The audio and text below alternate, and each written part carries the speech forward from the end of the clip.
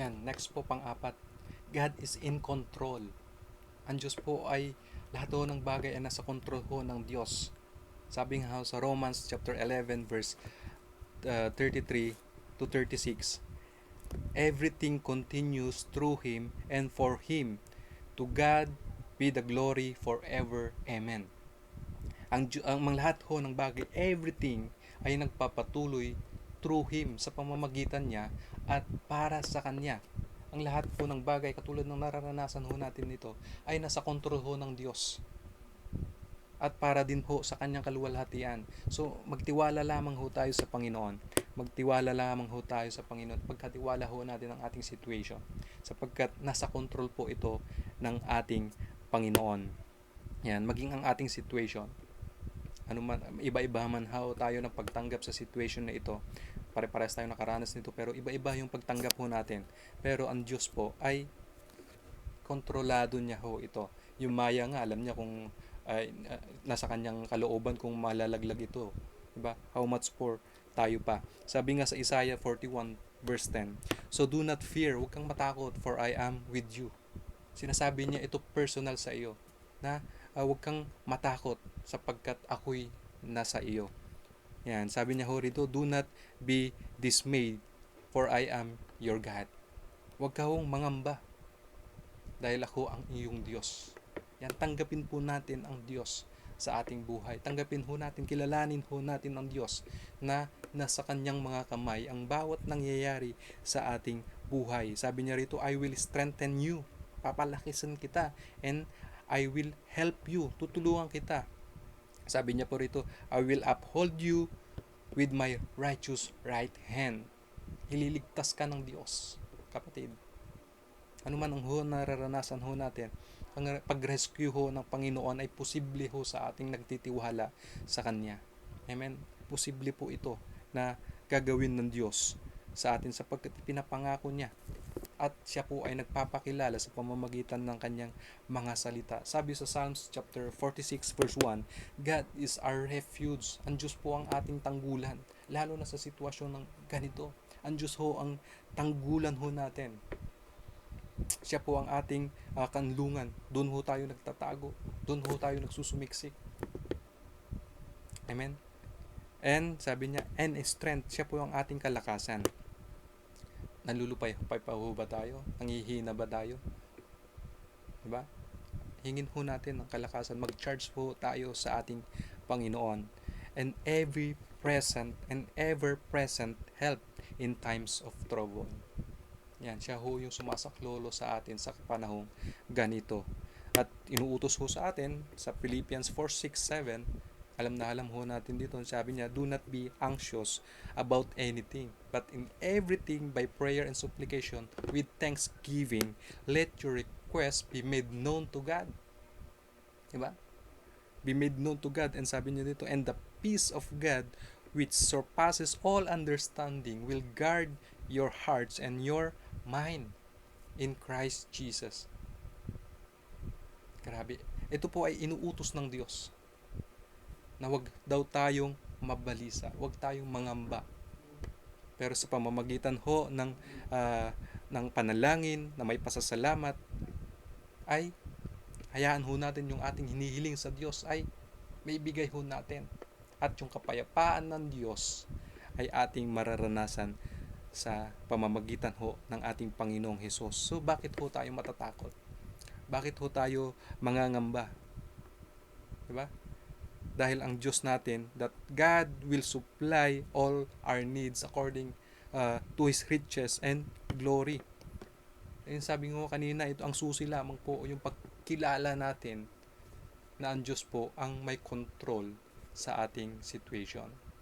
Yung ating pananampalataya sa Kanya, na ang Diyos po ay alam niya lahat ng bagay. Siya ho ay makapangyarihan. Kontrolado niya ho lahat ng bagay. Panglima ho, God is holy. God is holy. 1 Samuel chapter 2 verse 2. Nakita ho natin to kanina. Na walang makapagyabang sa Panginoon. Yan sa 1 Samuel chapter 2 verse 2. Si Yahweh lamang ang banal. Wala siyang katulad. Walang ibang tagapagtanggol liban sa Diyos. Yan. Siya lamang daw ang banal at walang makakapagtanggol liban sa ating Diyos. Amen. Walang ibang banal kundi ang Diyos. God is holy.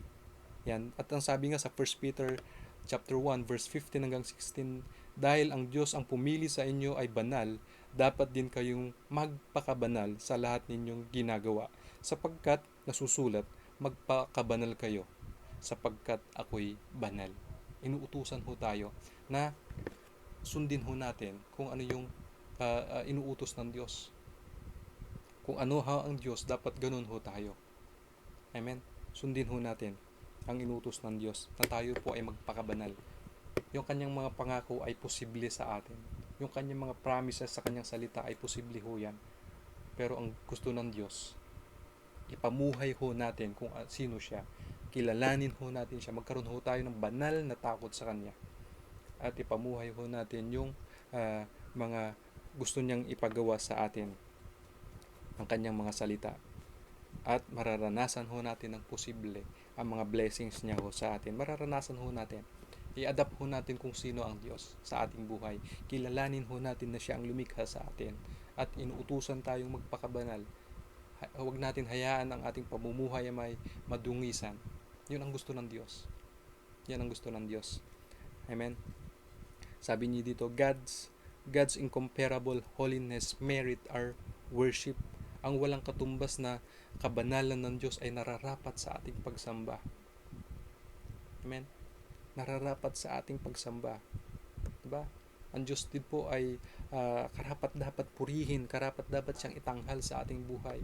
Dahil yung kanyang kabanalan ay nararapat sa pagsamba ng kanyang mga anak. Amen? At number 6 po, sabi niya rito, God is loving and just. Yan. Alam mo natin, lagi natin ang pagkakilala natin sa Diyos at ng karamihan, kahit anong relihiyon po, na ang Diyos ay pag-ibig. Yan. 1 John 4:7 and 8, diba? Kung wala ka daw pag-ibig, hindi ka nakakilala sa Diyos sapagkat ang Diyos ay pag-ibig. At siya rin po ay just. Totoo naman po yan. Siya po ay just. Makatarungan ho ang Diyos. Makatarungan po ang Diyos. Sapagkat nung tayo po ay makasalanan, sabi sa Romans 5:8, but God proved His love for us in this, while we were still sinner, God died for us. Ang Diyos po ay namatay sa atin. Pinakita niya, pinadama niya ho ang kanyang pag-ibig nung tayo'y makasalanan pa. Nung tayo po'y makasalanan. Amen. Na imbes na parusahan tayo sapagkat siya ay just sa ating makasalan, pero yung kanyang pag-ibig ang nangibabaw sapagkat wangis nga ho tayo ng Diyos. Mahalaga ho tayo sa Panginoon. Mahal na mahal ho tayo ng Diyos, pero dahil sa pinili ho natin ang kasalanan, kaya nagkaroon tayo ng separation sa Kanya. Pero doon sa separation natin, pagpili natin sa kasalanan, may kaparusahan yun eh. Pero ang Diyos po ang gumawa ng kaparaanan para mahango ho tayo doon sa kaparusahan. At nung nahango na tayo sa pamamagitan ng pagkamatay ni Jesus Christ sa cross, gusto ng Diyos na ingatan ho natin yon, na wag ho tayong mamuhay muli doon sa pagkakasala. Amen? Sapagkat mahalagang dugo ang pinantubos ho sa atin. Napakahalagang dugo. Yan, sabi niya ho rito, God's justice is tempered by His love. Na kanyang kanyang justice ay nababalutan ho ito ng kanyang pag-ibig. Nangibabaw ho yung pagmamahal niya sa atin. Mahal po tayo ng Diyos. Mahal ka kapatid ng Diyos. Mahal maging ang kanyang pamilya, mahal niya. Kaya patuloy na ipadama rin ho natin ang pagmamahal sa iba. Ipadama ho natin ang pagmamahal sa iba. Tingnan ho natin sa 2 Peter chapter 3 verse 3. Yan. Dako po tayo sa verse 9. Yan. Ang Panginoon na hindi nagpapabaya sa kanyang mga pangako gaya ng inaakala ng ilan. Sa halip, nagbibigay siya ng pagkakataon sa lahat sapagkat hindi niya nais na may mapahamak, kundi ang lahat ay makapagsisi at tumalikod sa kasalanan. Kasi kung titignan ho natin yung kung tumaas ho tayo sa verse, meron yun dyan yung mga nanunuya na sabi ninyo darating ang Diyos, pero nasaan? 'Di ba? meron yung mga ganyan na maraming papahayag na we are living in the last days, pero bakit wala naman nangyayari? Nasabi nyo every 2,000 years may nangyayari. Totoo po yun. Totoo po. Pero sabi nga ng salita ng Diyos, sabi niya dito na sa halip, nagbibigay siya ng pagkakataon sa lahat sapagkat hindi niya nais na may mapahamak. Maaring dinidelay ng Diyos yung kanyang judgment kasi ayaw niyang may mapahamak. Gusto niyang makakilala ang tao sa kanya. Gusto na tanggapin ng Diyos. Magbalik loob ang tao sa Diyos. So, magkaroon siya ng delayance. 'Di ba? Kasi pag nagmamadali tayo sa judgment, sigurado ba tayo na sa kanya tayo papupunta? 'Di ba? Amen. Kung ikaw ay nakipag-isa kay Kristo Jesus, natitiyak mo, ginagaranti ng Diyos na ikaw ay nasa kanyang piling. Pero pag ikaw ay wala sa piling, walang pagkakilala sa Diyos, judgment nga ho ang mararanasan mo. Tingnan mo yung huling verse ng chapter 3 ng John, di ba? Kung ikaw ay balik sa Panginoon, magkakaroon ka ng buhay na walang hanggan. Kung meron kang pananampalataya sa Kanya. Pero pag once na wala kang pananampalataya sa Kanya, mananatili yung puot ng Diyos sa iyo. So makikita ho natin dyan na sabi niya dito, nagbibigay siya ng pagkakataon na ang lahat po ay makakilala sa Kanya sapagkat ayaw niyang mayroon mapahamak, kundi ang lahat ay makapagsisi at tumalikod sa kasalanan. Gusto pa ng Diyos na marami pang kumilala sa Kanya upang maranasan ang buhay na walang hanggan.